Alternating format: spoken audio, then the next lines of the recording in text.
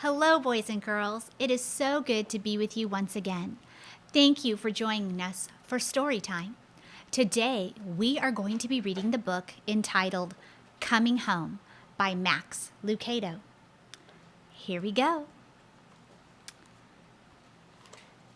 The two boys looked at the captain with astonishment. "You're leaving the island?" they said in one voice, which they often did because they were twins and were always thinking the same thing. "You can't leave the island," Argo proclaimed. "Without you, here we would be so alone." Orion completed Argo's sentence, as he often did. "Orion is right," Argo said. The captain looked at the boys with kind eyes. "Just remember what I've taught you, and remember, I'll be back." The boys couldn't imagine life on Terrene without the captain. Argo and Orion were barely 2 years old the night their ship was wrecked. The captain and the boys drifted to this tiny island, made it their home, and named it Terrene. That was 14 years ago, and now that the captain was leaving, they felt afraid. There's so much more to life than Terrene, and when I return, we'll leave together for Bluestone. More to life than Terrene? As far as Argo and Orion knew, everything in the world was just like Terrene. Small and gray. Not a happy gray like the hue of shadowed snow.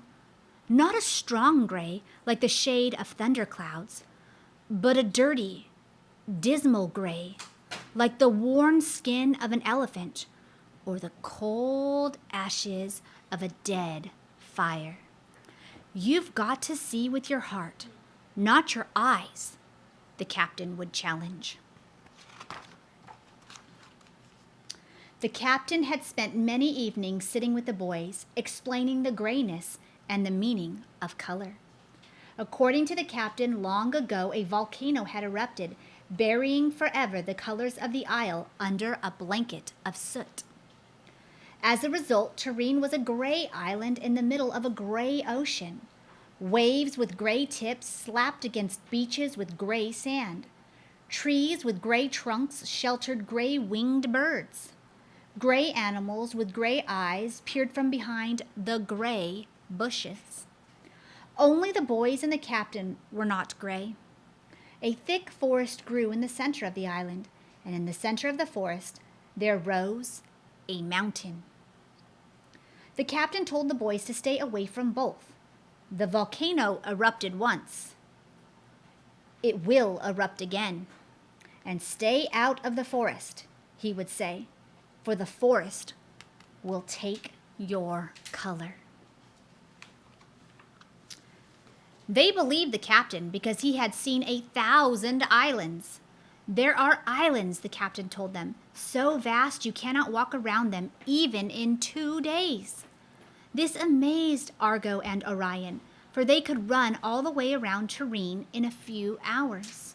"And there are islands where the sky is so clear and the water so sweet that the birds sing and the creatures leave the forest and come to the sand." Amazing! Birds didn't sing on Terrene, and the creatures never left the forest. But there is one island that is most special. Bluestone, the boys would state in unison. They knew the name well, for it was the captain's home. "Ah, Bluestone," the captain would smile. "There the birds always sing. Blue waters tumble over the shiny brown rocks, and the grass is ever green, and the sun sets on the horizon like an orange ball." Argo and Orion would squeeze their eyes tight and try to picture the colors and hear the sounds. But they had never heard birds sing, and they'd only seen gray. The captain knew it was hard, so he would help them. "Look at each other," he would venture. "See your blue eyes? That is the color of water at Bluestone. And see your blonde hair? On my island, there are birds and sunsets with such splendor. And your teeth, see how white? They are the color of Bluestone's sands. It's nothing like you've seen ever here in Terrene. Then the captain would grow very solemn. Argo, Orion, you were not made for Terrene. You were not made to live in the gray. Then his voice would grow soft with sorrow. Terrene was like Bluestone once, alive with sights and sounds, long ago, before the volcano. But his voice would be sad only for a moment. Bluestone is not gray. His eyes would dance as he spoke. And Bluestone is your true home. I am going away for just a short time, he said. I am going to Bluestone to prepare your place, but I will come back and take you to be there with me. But what do we do while you're gone? They asked. Remind each other that this is not your home, and help each other to be ready to leave when I return. Though the boys believed the captain, their hearts were sad as he climbed in his fishing boat and set sail for Bluestone. I will return, he shouted to them. Be ready. So began the days when Argo and Orion were alone together on the island. At first, they were just alike and did exactly the same things. They would rise early in the morning, look at each other's faces, and think of Bluestone. Your eyes are like the waters we will see, one would say, and your yellow hair is like the birds we will see, the other would answer.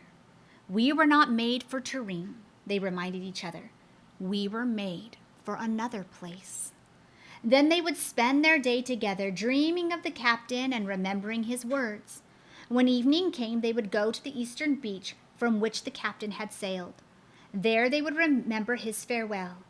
I will come back and take you to be there with me, one would quote. Be ready to leave when I return, the other would remind, and then they would rest for the night.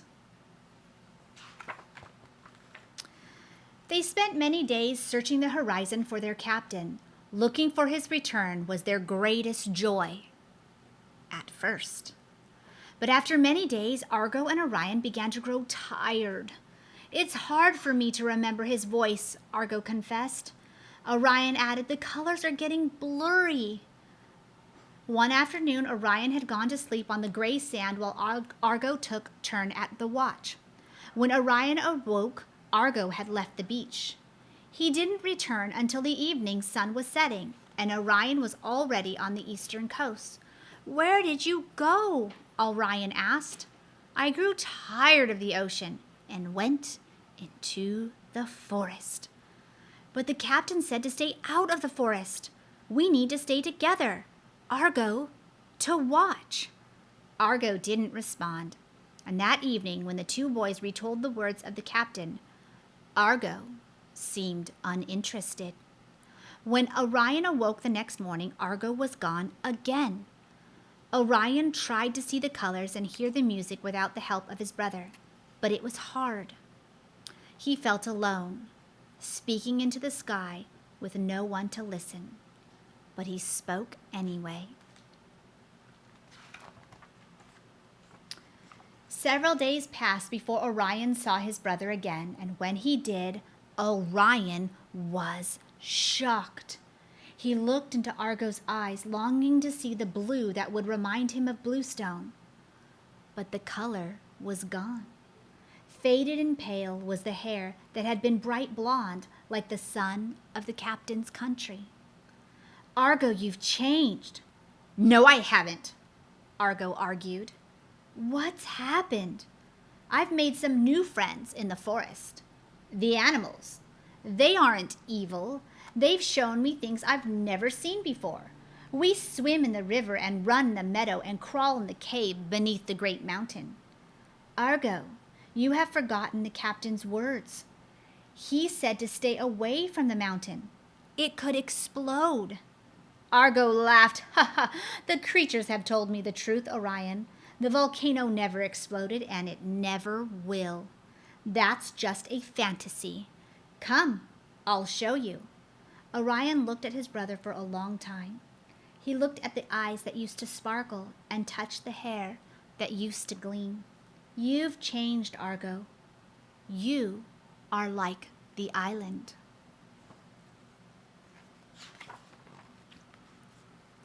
A little change doesn't hurt. Besides, what I'm doing there is fun. Come with me. No, Argo. We must wait here. Maybe if you stay here, your color will return. Argo laughed. Ha!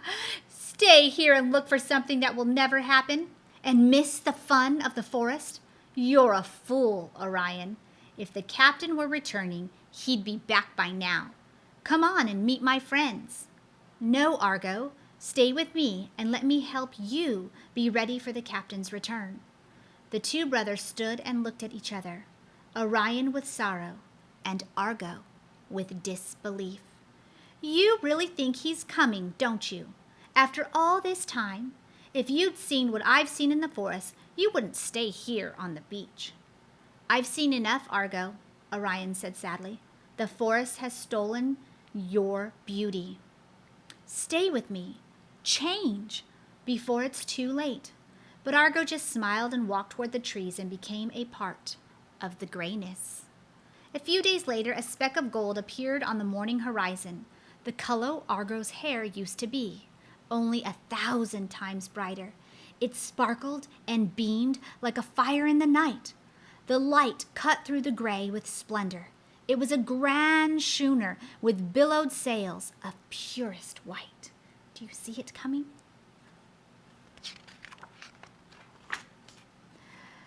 The captain had returned. Orion could see him on the bow of the ship. I'm back, the captain called. I'm ready, Orion shouted as loudly as he could. The captain waved. When Orion boarded the ship, he raced into the captain's arms. The weariness of the watch was forgotten. What Orion had been able to see only with his heart, he now saw with his eyes. He thought of his brother and looked up at the captain. Argo chose Tyrrhene.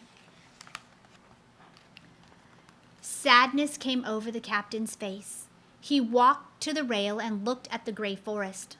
Just as Orion was turning away, he saw movement. Argo! He saw his brother step hesitantly at first, and then he moved faster and faster until he reached the schooner. Argo, the captain said. Argo glanced up at the tone of the captain's voice, but he quickly looked back down. You know now the deceptions of the forest, the captain said. Yes, Argo nodded. The captain looked at Argo for a long moment. Then Argo asked, May I please come with you?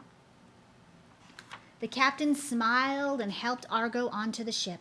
The captain touched Argo on top of the head, and Argo's hair shed its grayness, and his eyes became blue as the waters of Bluestone, and his body seemed to glow. The ship set sail for Bluestone. Only when they reached the horizon did they feel the vibrations of the volcano erupting. This is a story of patience, learning to wait, learning to trust, and not being deceived at what seems exciting or fun or captivating. Orion chose to wait and to be patient and to always look for his captain. Every day he waited and watched and repeated the words of the captain. Argo got a bit distracted and went into the forest, and he became gray and dark and saddened. But the wonderful thing about the captain is all Argo had to do was ask, and Argo was allowed to go, and he was forgiven, and they returned all together to Bluestone, the beautiful island with blue waters and a gorgeous sky and many amazing animals and birds that would sing. This allegory is a wonderful story of not only seeing with our eyes, but seeing with our hearts and believing and doing what is right. I hope you've enjoyed story time today. God bless you, and I can't wait till next time.